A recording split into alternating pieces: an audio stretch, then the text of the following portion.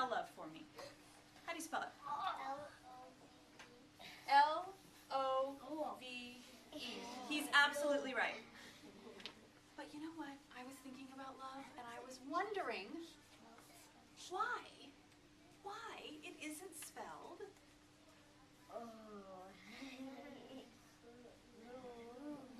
It's spelled Lou. It's spelled Lou. That says love to me. Why isn't it spelled this way?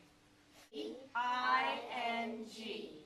Saying the words out like that is really important, and Miss Siddiqui and I are practicing, because what we learned from our friend Pete is the more we say it with our mouths, the more it gets stuck in our head.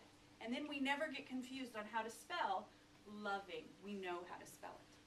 I'm going to have you practice some things with the word love, with suffixes, base words. I'm going to have you practice saying things. There's something that I brought that has all the rules on it that you can keep. I'm just going to put it right there for now. The last rule, the one thing that we didn't talk about too much, is the E on the back. It is silent. And you tried that. You modeled that so well because you thought you heard it, and then when you said it, you don't. Can you say love? Love. Do you hear lovey? The E is silent, meaning we don't hear it, and it's single. There's just one of them. Okay? When we have a single silent E on the end of a base word, and we add certain specific suffixes to that base word, the E does something. I'm going to demonstrate, and you see if you can figure out the rule. I want you to read that with me. We're going to practice that together. But I read it by saying the letters out loud. So, here we go. L-O-V-E plus I-N-G is rewritten as, check the joins, single silent E, L-O-V, no E, I-N-G. When we're studying spelling, what we want to do is get into the habit of saying the letters out loud and also saying how we would make the change. That's why we say is rewritten as. Does anybody know what this is called? We learned it before. That's okay. What? A prefix? You're close. The prefix is what comes before. This thing right here is called a sum. It's a word sum, and it's a little bit like math. It's like 1 plus 1 equals 2. The rewritten arrow works like the equals, but we're rewriting it differently. Okay? So this is what I want to teach you. This I in ing makes this suffix special. I know one. Oh. Tell me about that I.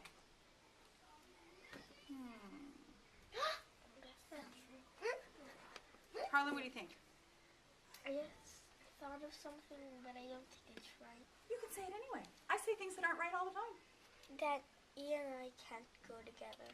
Oh, you're really thinking here. There's a reason why, and it has to do with the I. Well, E and I can go together because it's at the last of my name. What's that I?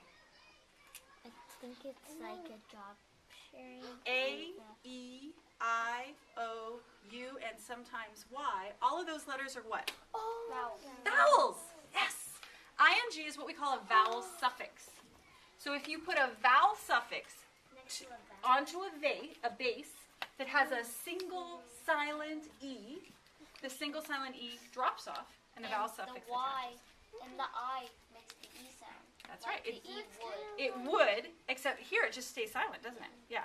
So let me show you this one. What if I did, spell it with me please, L-O-V-E plus E-D is rewritten as, check the joins, single silent E, L-O-V-E-D. Why didn't I add 2 E's? Why? Because you can't really get 2 E's beside D. Okay, that's an excellent guess. Why else did I not add 2 E's? Because if you put 2 E, it would be lovely. Okay. What else didn't I add 2 E's? Oh no. Oh yeah. Why? Because it wouldn't make the word you're trying to say. Good. Yes? Then you'd have to say it lovied. The other reason is because what is this called? Zoe? A vowel suffix. And when we add a vowel suffix to a single silent E, the single silent E drops off and the vowel suffix goes on. Which is why I didn't just add a D. Because the suffix goes together. The suffix isn't D. The suffix is ED. And that's, it seems redundant here, but in other words, it's important that you see the whole ED.